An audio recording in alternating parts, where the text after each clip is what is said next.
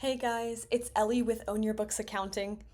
I recently did a video showing you how to connect QuickBooks Online and Gusto using the Gusto integration to map over your payroll to QuickBooks. I just showed a very simple way to set up your chart of accounts in QuickBooks to make mapping very easy. And then somebody in the comments section, Brian Rotes 9859, suggested that I do a video showing you what report to use to reconcile. Fantastic suggestion. Thank you so much, Brian. When you are in Gusto, simply go to Reports and jump to the Payroll Journal. I choose all of the checkboxes available because I want to see any detailed information, any earnings breakdowns, any deductions. And then under Report Settings, just make sure you have summary and individual payroll details. You can choose your date range, but I usually do per month. And I'm going to do for myself, even though I'm not an employee of this client portal I'm using, just to protect company data. So you can group by employee, department, anything you want. I usually just have it grouped by employee. For more complex companies that have a ton of employees, you can group it by department if you use that feature in Gusto. All right, hopping over here. There's no data because I'm using a fake employee, but if you go to download, you'll have different options. For really complex reconciliations, I'll use Excel because you can highlight cells as you check them. But for a situation like this, where I'm guessing probably you're a solopreneur just trying to pay yourself a salary so that you can be an S Corp, just download a PDF. And once we do that, I'll open up an example.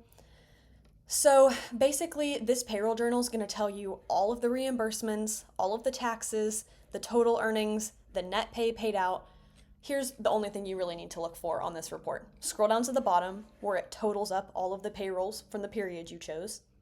And you're going to look for the total earnings. That'll be on your profit and loss because that's a company expense. And then you'll look for the company taxes. So employee payroll taxes are actually an expense of the employee, right? Because it's coming out of their pay.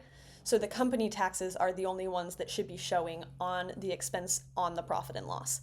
So it shouldn't be this total amount, it should just be 3053. So that's easy to check. We'll hop over to the profit and loss and make sure it's set for the date we're checking. And then here you have it. Yep, regular wages, employer tax expense, all of that matches. Okay, so this is a very simple example. If you have employees and you're matching an HSA for them or a 401k, you would actually have these chart of accounts mapped to the balance sheet. So you would have this be a liability because then the money taken out of their pay and the money that your company matches are both liabilities to your company until you actually remit to the HSA or the 401k processor. So just make sure you have that mapped correctly in Gusto. Like I said, those will be liability accounts. A garnishment would appear in this section as well. If you're taking child support, you would need to remit that. So that's a liability to your company until you do that.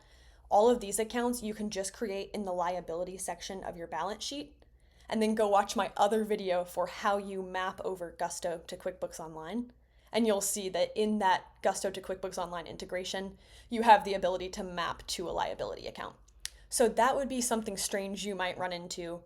One other thing I can think of might be an employee loan, which would actually be an asset to the company since you're going to have the money given back to you at some point. So it's a loan to the employee, so you give it to them in advance and then later you'll take money out of their paycheck.